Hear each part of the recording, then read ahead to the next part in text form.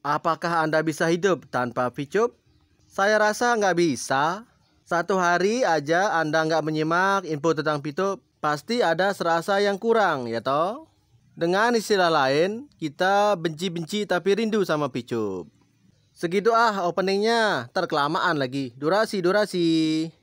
Yuk langsung saja kita bahas update Picup terbaru edisi 21 April. Ada apakah di edisi kali ini? Langsung saja kita sikat bersama-sama. Check it out. Segmen awal adalah curhat VTuber. Kapan Picup on? Gimana nasib member yang fast track? Dua pertanyaan ini sering banget ditanyakan oleh VTuber sejati. Dan yang pasti jawabannya masih ngambang. Dan gak ada satu member pun yang bisa menjawabnya. Dengan kata lain, dua pertanyaan ini adalah dua pertanyaan goib yang tiada terjawab. Hah! Udah, ikhlasin aja. Anggap aja sedekah. Picup sudah lama bubar, kok tanya kapan on? Picup sudah tamat, nggak bakalan on lagi. Kemungkinan setelah kiamat kubro, baru deh Picup on. Picup udah lama end, karena nggak ada kepastian dari para leadernya. Otomatis semua member sudah pada uninstall APK Picup biar nggak penuh-penuhin memori HP mereka. Makin kelelep nasib Picup, hilang semua pipi miliaran. Weleh. Ikhlas sih ikhlas. Terus yang rugi ratusan juta bahkan miliaran, gimana cara ngiklasinnya? Ada yang mau bantu jawab?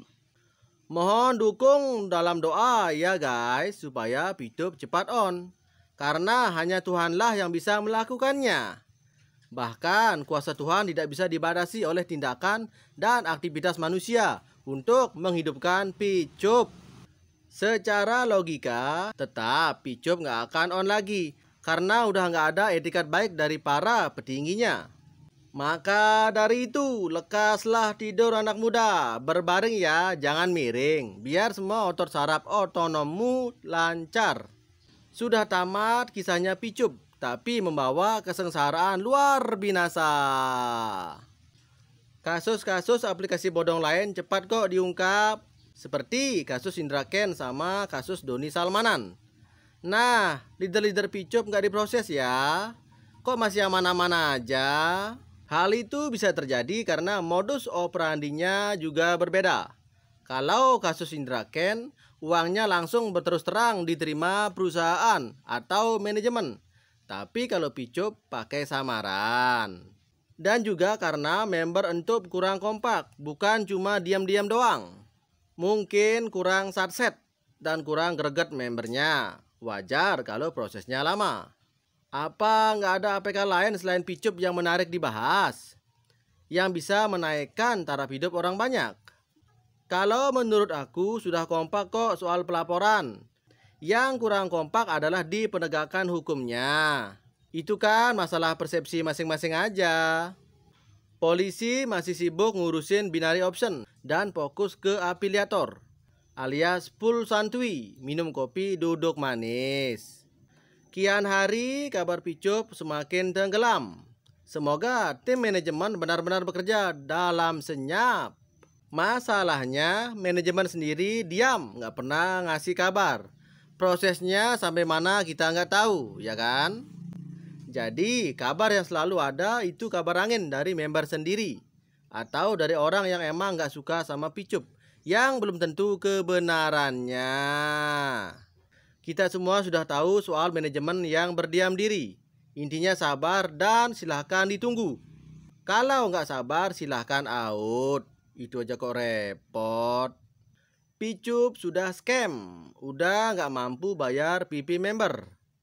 Kurang kompak sih. Kita juga harus lawan narasi-narasi konten kreator. Itu yang paling ampuh.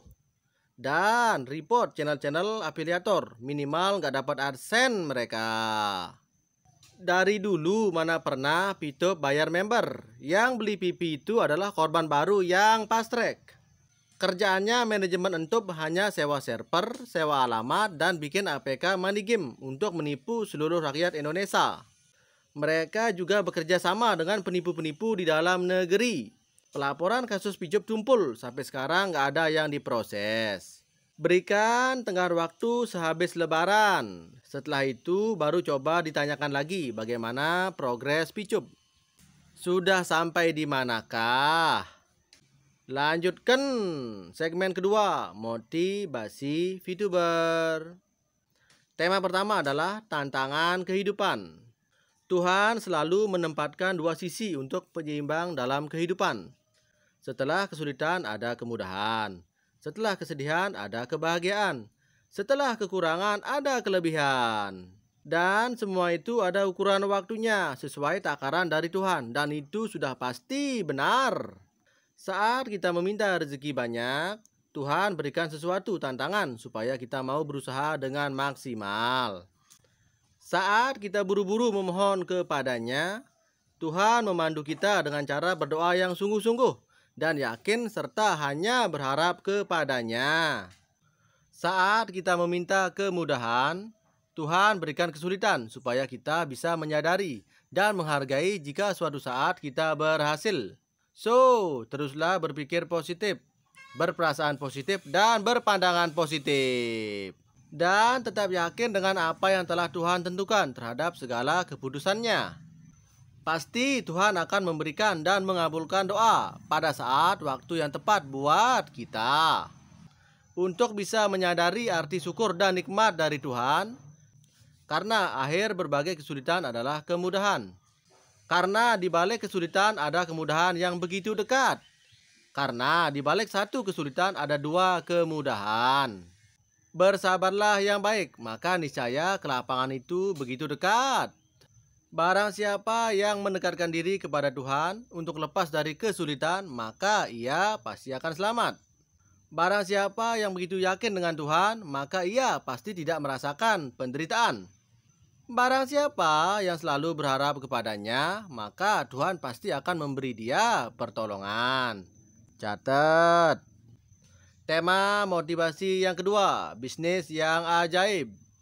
Suatu ketika, para pemilik kebun di Madinah kebingungan bercampur keheranan.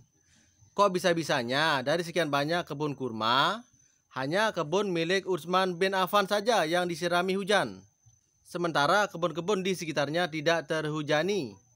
Akhirnya, pemilik kebun tersebut bertanya kepada Utsman. Pertanyaannya begini, apa sih istimewanya Anda sehingga Tuhan hanya turunkan hujan di kebun milik Anda saja? Beginilah jawaban Utsman. Hasil kebunku selalu aku bagi menjadi 3 bagian.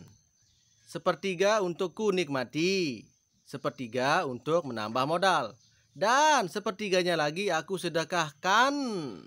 Pantas saja, sepertiga saham usaha Utsman adalah milik Tuhan.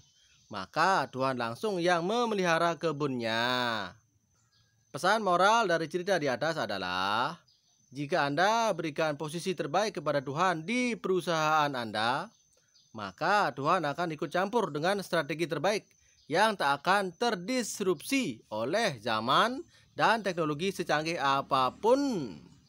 Jika Tuhan adalah komisaris Anda, tentu monitoring perusahaan Anda bukan hanya bulanan atau per 3 bulanan. Setiap detik pun bisnis Anda diawasi dan dituntun menuju profit yang maksimal. Tiap detik Anda akan diawasi dan dievaluasi. Dan Anda akan diberikan GPS sehingga akurasi tujuan Anda optimal. Jika Tuhan adalah CEO Anda, maka Anda akan dipimpin langsung saat rapat bersamanya di atas sajadah untuk menjalankan berbagai manuver bisnis yang tak bisa gagal. Dan ingat, garansi suksesnya adalah 1000%, bahkan lebih. Sering-sering aja mentoring dan coaching bersamanya.